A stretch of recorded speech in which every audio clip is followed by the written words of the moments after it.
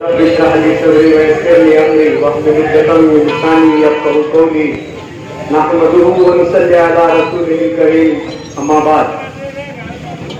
आज की इस इस्तिक़बालिया अज़ीम-उश-शान के सदर मोहतरम हमारे बहुत ही करम फरमा हमारे मुस्लिम इस इलाके की मशहूर शख्सियत हाजी जनाब हाजी जलील साहब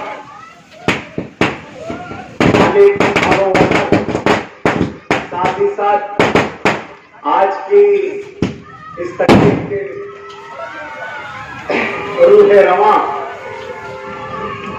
जिनके इस्तेक़बाल में आज की ये तकरीब रखी गई है, हमारे इलाके की पूरे गुरुवार वार्ड की इंतहाई मशहूर शख्सियत और मजलिस इत्तेहादुल मुस्लिमीन के जाबाज सिपाही और हमा वक्त हर वक्त मजलिस इत्तेहादुल मुस्लिमीन की और आवाम की खिदमत करने के लिए तैयार रहने वाले हमारे खलील भाई बेकरी वाले साहब, साथ ही साथ इस स्टेज पर आज हमारे साजिद शाह साहब भी मौजूद है। ये कांग्रेस पार्टी छोड़कर आज मजलिस इत्तेहादुल मुस्लिमीन में शामिल हुए।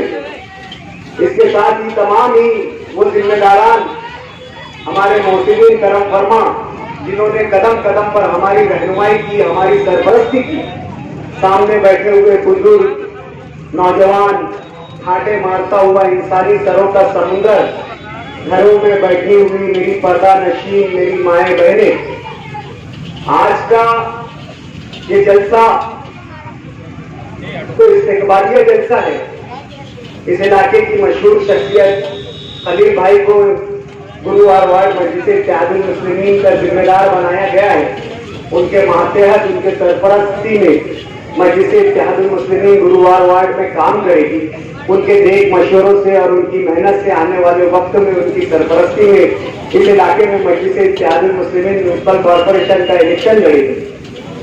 आज मजलिस इत्तेहादुल मुस्लिमीन ऐसे लोगों को जो है हिम्मत दिला रही है, इस्तेक़बाल कर रही है, जो मजलिस के नजरियात के साथ चल रहे हैं और आवामी सतह पर उसके लिए मेहनत कर रहे हैं। दोस्तों, आज जिस तरीके के मुल्क के हालात हैं, ये यहाँ पर बैठा हुआ हर बेहोश और हर समझदार आदमी समझता है कि आज मुल्क के हालात क्या है, क्या मामला मुल्क में चल रहे हैं। अभी मेरे साथी समीर सर ने यहाँ पर मौलाना कलीम सिद्दीकी साहब का तज़किरा किया। मौलाना कलीम सिद्दीकी साहब मशहूर आलिम दीन है, जमात इस्लामी से मुंसलिक है। एक जमाने से वो ऐसे लोगों में काम कर रहे हैं जिन्हें अल्लाह ताला ने ईमान की दौलत से उनकी पैदाइश के बाद, उनके होश में आने के बाद नवाजा, जिन्होंने इस्लामी मुआशरे को समझकर, इस्लामी तालीमात को जानकर, इस्लाम के शआर को समझकर ईमान कबूल किया।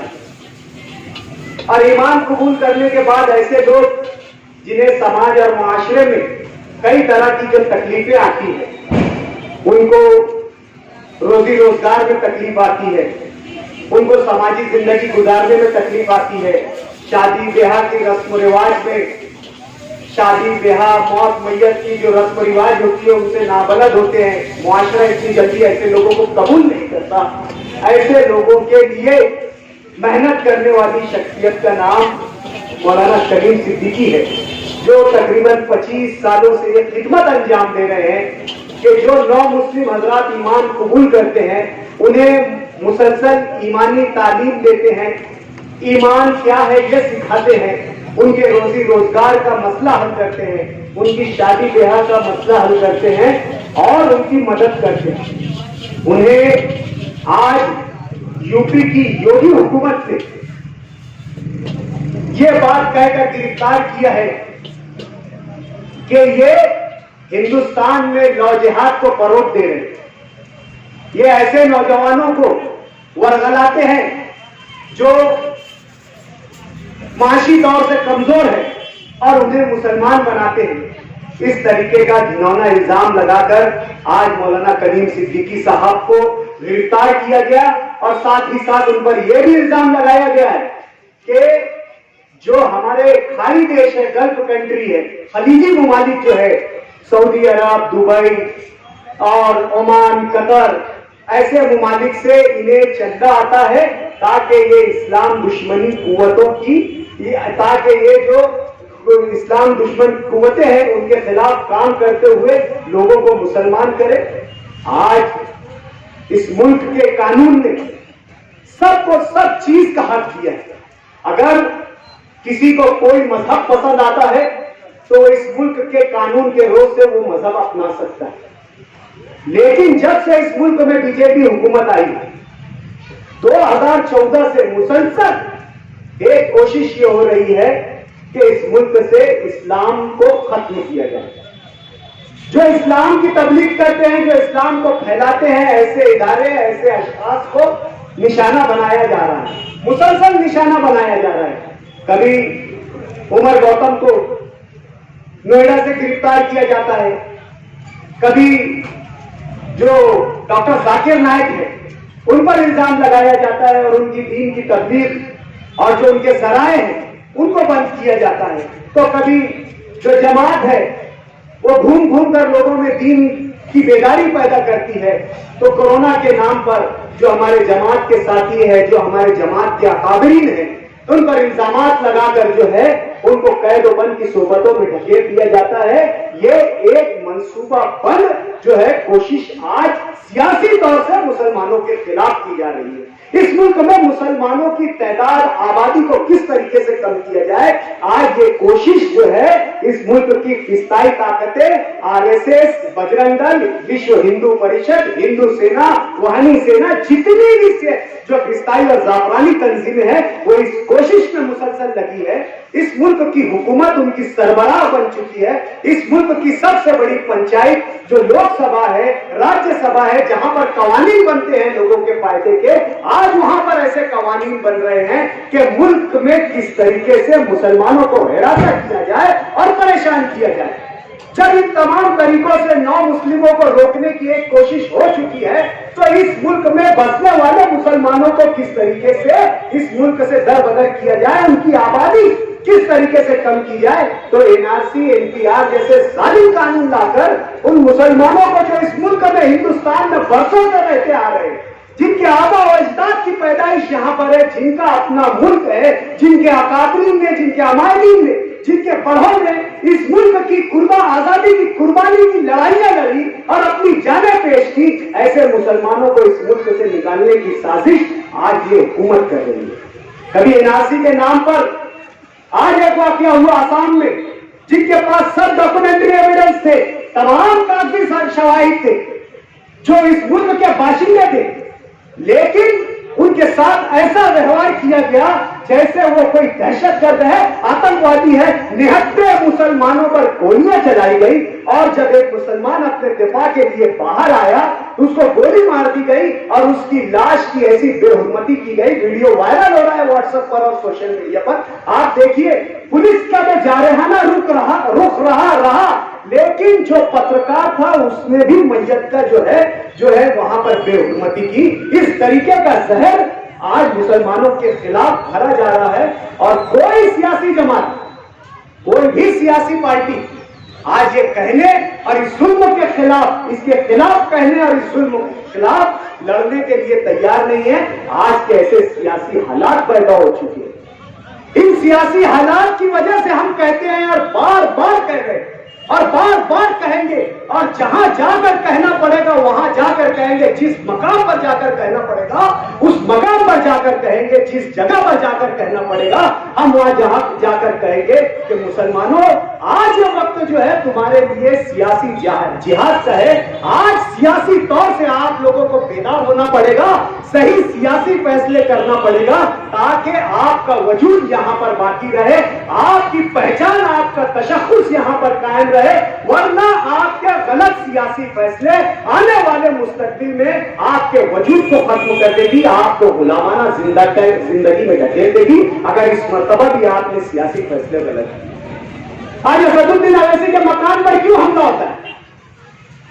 क्यों वो तंजीमें जो हिंदू सेना के नाम से बनी, रूहानी सेना के नाम से बनी, वो क्यों आज असदुद्दीन अवैसी की आवाज बंद करना चाहते हैं। क्यों?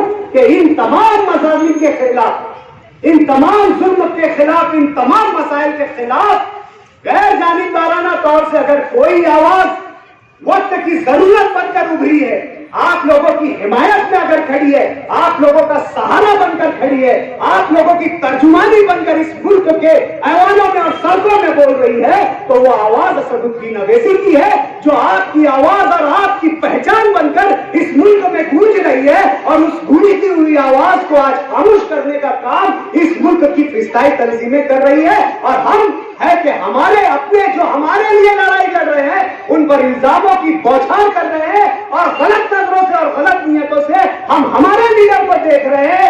जो हमारा है, जो हमारा अपना है, हम आज उसे शक की नजर से देख रहे हैं। और जिन्होंने मुसलसल और मुतवातिर हमारे साथ धोखा किया, हम पर जुल्म किया और हमारे पर जुल्म करने वालों की सफा में खड़े रहे, आज हम उन पर तकिया किए हुए और आज उन पर हम भरोसा कर रहे हैं। ये किस तरीके की सियासत है? ये किस तरीके की अकलमंदी है? किस तरीके के ये हमारे फैसले हैं? हम हमारी तबाही के फैसले हम खुद कर रहे हैं। हमारे पैरों पे कुल्हाड़ियां मारने के लिए हम खुद तैयार हैं। हमारी गर्दन नेज़ों पर हम खुद ले जा रहे हैं। मक्तल में हम हमारे आप को खुद पेश कर रहे हैं और ये सोच रहे हैं कि आने वाले वक्तों में कोई मसीहा हमारे लिए खड़े हो, कोई दर्द का मदावा करने हमारे लिए खड़े हो। हम हमारी बेवकूफियां सियासी करते रहेंगे और नजरें गैरों पर रखेंगे, अपनों पर नहीं रखेंगे। तो दोस्तों, आने वाले वक्त में सियासी तौर से और समाजी और मिल्की तौर से इस मुल्क में आपको कोई नहीं बचा सकता। आज ये वक्त की जरूरत है मजलिस इत्तेहादुल मुस्लिमीन। हमने इसे समाजी, मिल्की, सियासी जिम्मेदारी समझा। हमने हमारे तमाम सियासी नजरियों को पीछे रख दिया। हमने तमाम सियासी कोशिशों और ख्वाहिशों को पीछे रख दिया। हमने हर चीज के बनने और बनाने को पीछे रख दिया और हर इस बात को सिर्फ मकसद बना लिया कि किस तरीके से हम मुल्क के हिंदुस्तान में जहां जहां हमारी पहुंच है, जहां जहां हमारी पहचान है, जहां जहां हमारी शनाख्त है, वहां पहुंचकर किस तरीके से हम इन लोगों में जो है हमारा ये सियासी नजरिया, हमारी ये सियासी सोच किस तरीके से पेवस्त कर सके, किस तरीके से इस नजरिए को आप में पेनिट्रेट कर सके, ये कोशिश के साथ आज हम निकले। आज लोग असदुद्दीन अवैसी को कहते हैं कि कटवा है, वोट काटने के लिए निकले। अभी मेरे साथी मुकर्रिर ने कहा कि 2014 में भी इलेक्शन हुए, 2019 में भी इलेक्शन हुए। पूरे मुल्क में तो मजलिस इत्तेहादुल मुस्लिमीन ने इलेक्शन नहीं लड़ा। आप यूपी हार गए, आप बिहार हार गए, आप असम हार गए, आप जो है आप जो है एमपी हार गए, आप छत्तीसगढ़ हार गए। तमाम रियासतें एक के बाद एक आप हारते रहे और दोष असदुद्दीन अवैसी पर आप दे रहे। आपने जिन लोगों ने आप पर भरोसा किया, जिन लोगों ने आप पर तकिया किया, जिन लोगों ने आपको ऐवानों में सल्तनतें दी, इक़्तिदार दिया, हुकूमतें दी, आपने मुसलसल ऐसे लोगों को नजरअंदाज किया। आज आपके हालात के आप खुद जिम्मेदार हैं। आज आप पर कोई कौम, कोई समाज, कोई बिरादरी आप पर भरोसा करने के लिए तैयार नहीं है। आपके कौमी लीडर जो राहुल गांधी है, जो अपनी खानदानी और पुश्तैनी सीट है, आजादी के बाद से वहां से इंदिरा गांधी चुनकर आई, नेहरू गांधी चुनकर आए, राजीव गांधी चुनकर आए, सोनिया गांधी चुनकर आई और खुद राहुल गांधी वो सीट एक एक्ट्रेस से हार जाते हैं, एक अदाकारा से हार जाते हैं, एक नाचने गाने वाली से हार जाते हैं। और उनको जीतने के लिए कहां जाना पड़ता है? जहां पर 60% मुसलमान है, वायनाड में जाकर उनको इलेक्शन लड़ना पड़ता है। ये मुर्दार कांग्रेस और राष्ट्रवादी कांग्रेस आज बड़े तंतराज से आप लोगों के बीच में घूम रही है। ये वो कांग्रेस जो आपकी बर्बादी का, यानी आपकी बर्बादी का जो निशातुस्सानी है, रेगनाइजेंस है, जो ये पहचान है आपकी बर्बादी की, यह आपकी वजह है। आज जो इस मुल्क में मुसलमान इस हालत और इस दोराहे पर अगर खड़ा है, तो इसकी बुनियादी वजह कांग्रेस और इसके पेट से निकली हुई राष्ट्रवादी कांग्रेस और दीगर सियासी जमातें। सियासी तौर से बेदार होना होगा। आज तमाम सियासी नजरियों को भूल गए।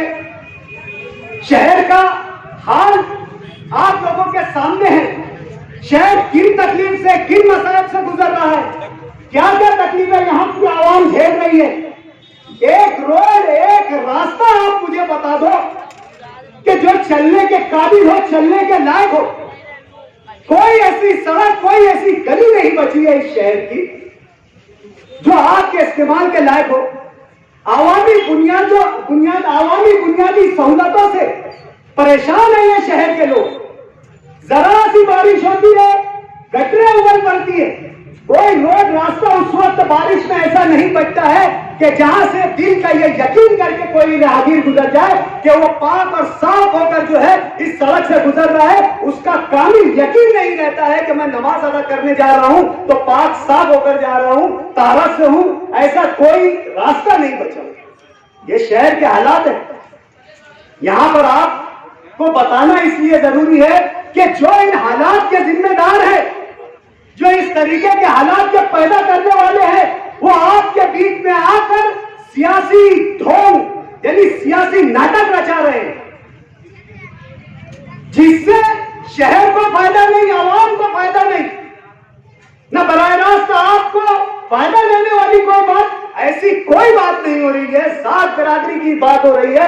आप लोगों को उकसाया जा रहा है कि हमारे असेंबली इलेक्शन के हारने का बदला लेना होगा। अरे उनसे पूछो, वो असेंबली इलेक्शन हो गया, इन सड़कों का क्या, इन गटरों का क्या।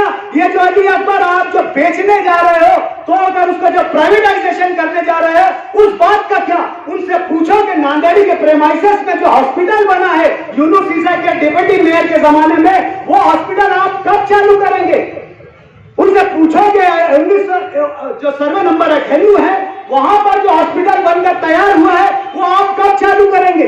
उनसे पूछोगे जाफर नगर में जो हॉस्पिटल बनकर तैयार हुआ है वो कब चालू करेंगे।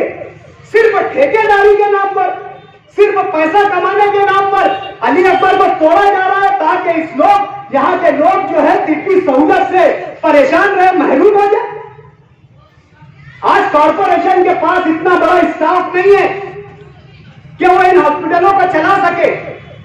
आज कॉर्पोरेशन का जो स्थापना खर्च है वो 45% है, उसकी वजह से नई भर्तियां नहीं हो रही है। अगर ये सब हॉस्पिटल बन जाएंगे तो कम से कम 5 से 6 साल लोग और लगेंगे, यानी 100% जो है सिर्फ लोग जो है वो कॉर्पोरेशन के मुलाजिमीन पर खर्चा करना पड़ेगा। आज जो सहूलतें हॉस्पिटल के नाम पर हमारे पास है, आज 22-23 करोड़ रुपया आप जबरदस्ती का लगा रहे हो, स्टाफ क्वार्टर बनाने की बात कर रहे हैं, जो स्टाफ ही नहीं है हमारे पास, काम करने वालों के लिए घर बनाने की बात कर रहे हैं। अरे काम करने वाले हैं क्या कॉर्पोरेशन के पास। हमने तजवीज रखा था कि ये 22-23 करोड़ में आप डॉक्टरों की पगार, नर्सों की पगार दो और उन्हें खिदमत के लिए बुलाओ। सीटी स्कैन मशीन लाओ, एक्सरे मशीन लाओ, MRI मशीन लाओ।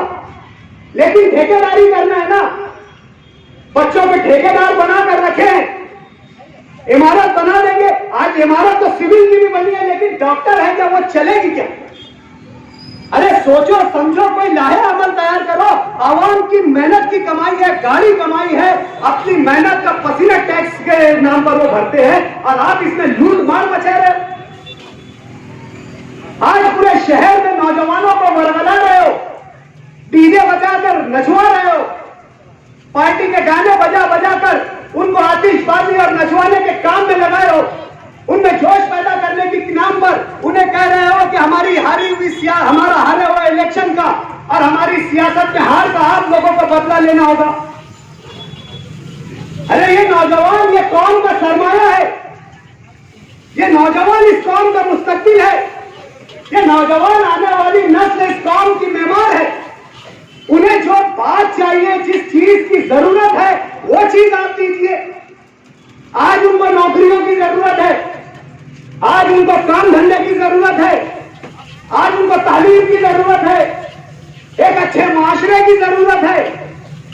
लेकिन आप सियासत के नाम पर ऐसे नौजवानों का इस्तेमाल कर रहे हो, उन्हें वरगला रहे हो, अपने सियासी मुफाद के लिए उनका मुस्तकबिल खतरे में डाल रहे हो, उन्हें उकसा रहे हो। कोई एक मारेगा तो 100 मारो, उन्हें व्हाट्सएप पर गालियां देने लगा रहे, उन्हें जो मुखालिफ पार्टियां हैं उनसे उलझा रहे और अपने घर के बच्चों को सेफ रख रहे।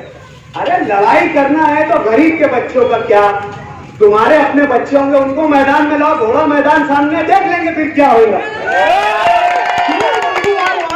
आम गरीब रोज कमाने रोज खाने वाले बच्चों का जो मुस्तकबिल आप जो है इस तरीके के लड़ाई झगड़े पर उकसा कर कि जाओ भिड़ो उनसे, जाओ लड़ो उनसे, जाओ वो आई मरी के पास है पहुंचो वहां पे, इतने मर्द है तो अपने घर के बच्चों को भेजो, फिर सब हो जाएगा।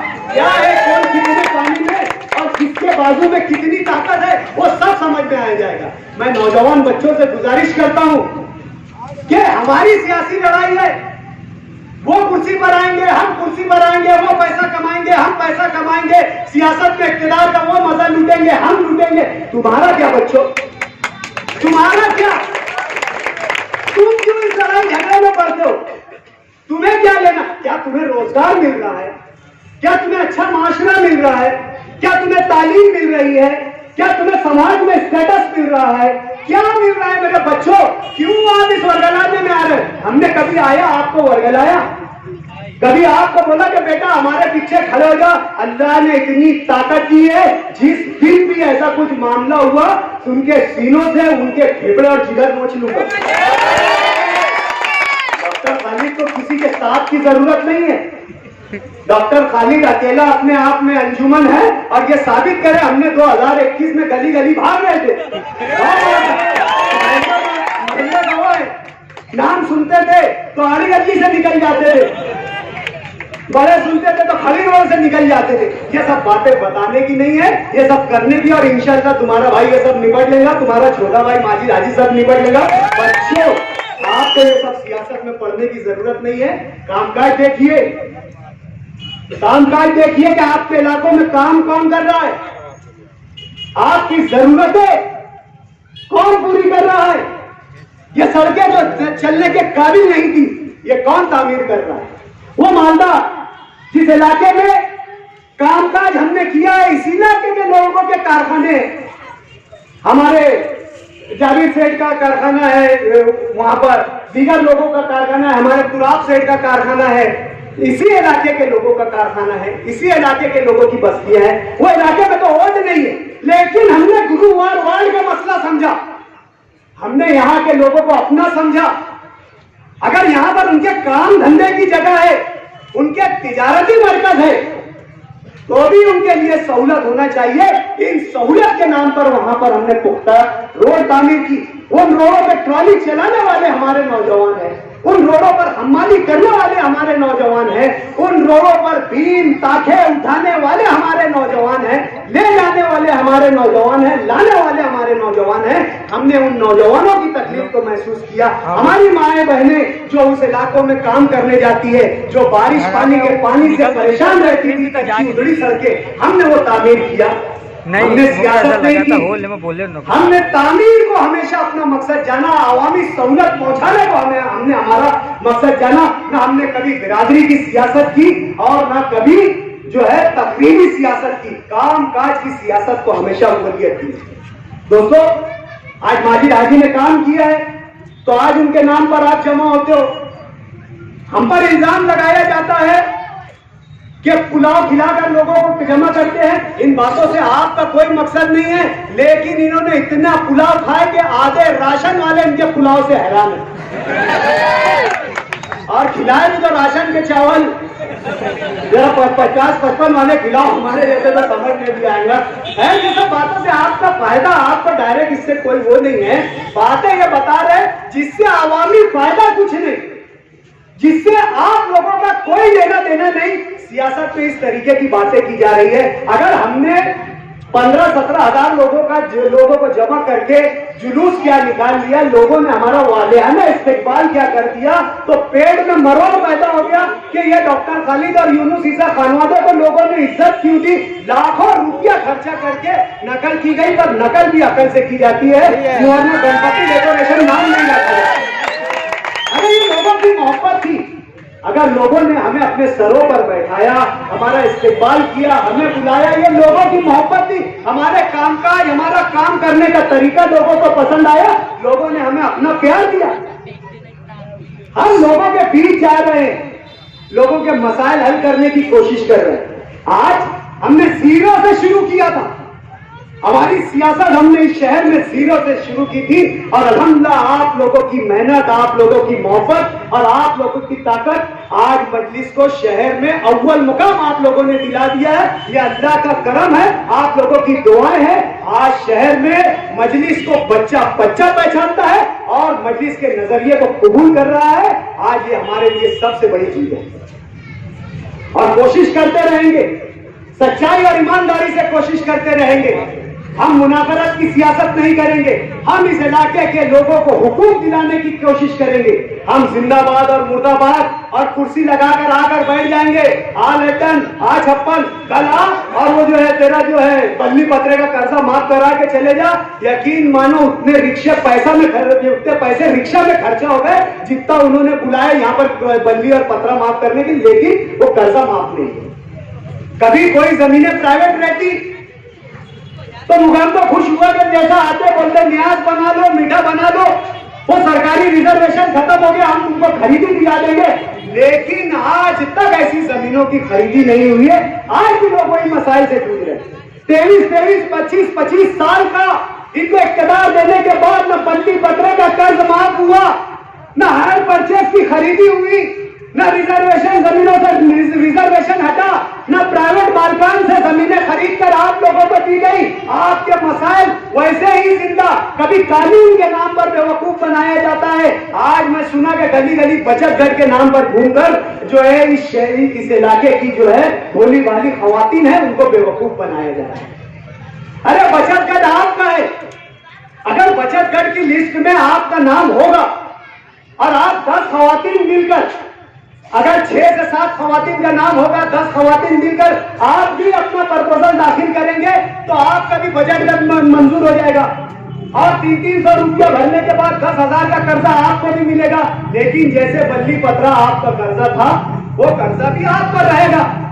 भर दिए तो अच्छा, नहीं भर दिए तो फिर एक बार और इनको कुर्सी लगाने का मौका देंगे, फिर मुगामों के जैसे इनको बोलने का मौका देंगे। सरकारी स्कीमें हैं, सोचो समझो, पढ़े लिखे लोगों के पास जाओ, हमारे पास आओ, हम तुमको उसके पूरे कवानीन जवाबित निकाल कर बताएंगे कि माए बहने ऐसे जाओ। किसी सियासी पार्टी की 43 पैतरियां चढ़ने की जरूरत नहीं है, आप खुद जाओ, सिंगल पैतरी चढ़ो और अपना काम काज कर लो। ये दिशा होती है, हम दिशा भटकाने का काम नहीं करते, हम काम करते जो है वही बताया जाता। कभी हमने कालीन के नाम पर यहाँ पर हमारे माँ बहनों को उकसाया नहीं, कभी ये नहीं कहा कि हम अगर इख्तियार पर आएंगे तो आप जो पन्नियां चुनती है आपकी ये जो है तकलीफ खत्म कर देंगे। जो हकीकत है वो हकीकत है, जो आपको फायदामंद बातें रहेगी, जो हमसे होगा। हम कोई सुपरमैन, हीमैन या सुपर हीरो तो है नहीं, हमको भी आवामी नुमाइंदे हैं, हमको भी काम करना पड़ता है, कागज घुमाना पड़ता है, जितनी मेहनत करना पड़ती है हम करते हैं और आपको सहूलतें देते हैं। आपको पानी की सहूलत लगी, हमने यहाँ पर पानी की पाइपलाइन डाली, आपके जो है नल लाइट बराबर नहीं चल रहे थे, हमने उसको बेहतर किया। जो सड़कों का निजाम यहाँ पर खस्ता था हमने बेहतर करने की कोशिश की। इंशाअल्लाह आने वाले वक्त में आप हमें अगर मौका देंगे, आज माजिद हाजी ने इसके वार्ड में काम कम था तो आज एक खूबसूरत हॉल बनाया, यहाँ पर जो एक निशान बनाया, टावर बनाया, ये पुख्ता सड़कें, ये कामकाज किया, ईमानदाराना तरीके से अपना कामकाज करता रहा। और मुस्तकिल में भी जब हमें आप लोग मौका देंगे, गुलशेर नगर से भी मौका दे, 3 का पैनल, 2 का पैनल, 1 का पैनल, हम लड़ाका लोग हैं, हम डरने वाले नहीं है। 6 का भी रहेगा तो इधर से ही लड़के कहीं जाएंगे नहीं और इंशाल्लाह जीतेंगे भी इंशाल्लाह। अल्लाह की जात पर हमें पूरा यकीन है, हमारे काम किए हुए कामों पर हमको यकीन है। वार्ड के जो नौजवान फाल काम करने वाले कॉर्पोरेटर है माजी हजीज साहब, उन्होंने पूरे हिलालपुरे की सीमेंट रोड का जो है वो बजट डाल दिया है। आने वाले वक्तों में हिलालपुरे की भी तमाम काम हो जाएंगे। आज जिस तरीके से माजी में आपने हम दोनों भाइयों पर भरोसा किया था, आप भी भरोसा कीजिए, मुस्तकबिल में इस इलाके की काया पलटेंगे इंशाअल्लाह अजीज। हमने ही यहाँ पर काम किया है। इस इलाके की नांदेड़ी स्कूल भी हमारी देन है, इस इलाके में प्राइमरी हेल्थ सेंटर भी हमारी देन है, इस इलाके में गली गली पाइपलाइन डालना भी हमारी ही देन है, पुख्ता सड़कें भी हमारी देन है, इस्लामाबाद की पानी की टांकी भी हमारी ही देन है। अभी एक नया छचन गली गली घूमकर किया गया था कि कब्रस्तान, अरे वो रिजर्वेशन जो है गट नंबर 44 होगा तब होगा, हम भी कहते हैं कि होना चाहिए। अरे 117 है, जरा जाके अपनी अम्मा अब्बा को बोलो कि इधर उधर के पैसे निकालो और वो खरीदो। 10 करोड़ रुपये वो जमीन वाले को दो जो 117 का कब्रिस्तान रिजर्व है, जो हर साल तुमको नोटिस देता है कि खरीदी करो। यानी बाप मरेंगे, बैल कटेंगे, बेवकूफ बनाने के धंधे। हम रिजर्वेशन कराएंगे नए डीपी प्लान में, फिर वो जगह लेंगे, फिर वो कब्रिस्तान आपको जो है दिया जाएगा। 117 हीरापुरा जो आप और हम सब के बीच में 500 मीटर की दूरी पर है, वो हमारी जरूरत का है और क्लियर टाइटल है, कब्रिस्तान के लिए रिजर्व है। 1 इंच जगह इधर उधर गई नहीं है। इनको कहो कि इधर उधर से बजट निकाल कर जो जा रहे कि शहीद अब्दुल हमीद रोड हम बनाएंगे, 7 करोड़ गायब। इनसे कहते हैं कि आगरा रोड हम बनाएंगे, 14 करोड़ गायब। कोई पत्रकार लिखता है इस बारे में तो उसको भरी पत्रकार परिषद में गाली देते हैं। क्या रे तूने मालूम करा था क्या? अभी दूसरा बनेगा ना, अबे कब बनेगा? दूसरे बजट में बनेगा। क्या धंधे, अजीब धंधे है। यानी इतना, यानी रोना रात कम पड़ जाए इनके बारे में अगर हम करें ना, तो भाड़े से जो रुडाले मिलते ना, सीना कोप कोप के रोते, हम थक जाएंगे उनको लगा के रुलाना पड़े ना। इनके इतने कारनामे हैं, यकीन मानो बोलते बोलते रात निकल जाएगी। मैं हमेशा बोलता कि कारनामे लिखेंगे तो वर्क कम पड़ जाएंगे, सियाही खत्म हो जाएंगी, दास्तानें खत्म हो जाएंगी, अल्फाज भूल जाएंगे, लेकिन इनके करतूत कम होने वाले नहीं है। छोड़ो इनके काले कारनामों को, इससे आपको कोई फायदा नहीं। तामीर और तरक्की करने वाले लोगों के साथ रहो, काम करने वालों के साथ रहो, जिन्होंने अपने आप को साबित किया है काम करके। हम लोगों ने साबित किया है, ईमानदाराना तरीके से काम कर रहे हैं, आपकी खिदमत में हाजिर है। शिकस्त का बदला नहीं, शिकस्त का गम नहीं, जीत का जोम नहीं, मुसलसल और मुतवातिर मुतदिल तरीके से चल रहे हैं। हार गए तो जब आपको गरीब दिख रहे, गरीब बस्तियां दिख रही, कुर्सी दिख रही, लोग दिख रहे, मैयत दिख रही, खतना दिख रही, मंगनी दिख रही, सब दिख रहे। ये यार खान लोगों ने हरा के ये दिन दिखा दिया आप लोगों को कि जो आखिर आप लोगों के लिए कभी जो शनासा नहीं थे, जो सूरत से पहचानते नहीं थे, अब उनको पहचानने लगे, गली गली घूम रहे। ये हम ही का दिन है। इंशाल्लाह हमें मौका दो, ये अब इतना जो आ रहा है बंद कर देंगे, उधर ही फिर हजार गोली में ही रहेंगे। आने वाला वक्त गुरु वार्ड हमारा, ये तकलीफ हमारी, लोग हमारे, हम ही हल करेंगे। किसी को आगरा रोड के पार जाकर कयादत पर भरोसा करने की जरूरत नहीं। जब सर घुमाएंगे हम नजर आएंगे। ऐसे लोगों पर भरोसा करते हुए अपने सियासी फैसले कीजिए। इतनी बात कहकर अपनी बात खत्म करता हूँ।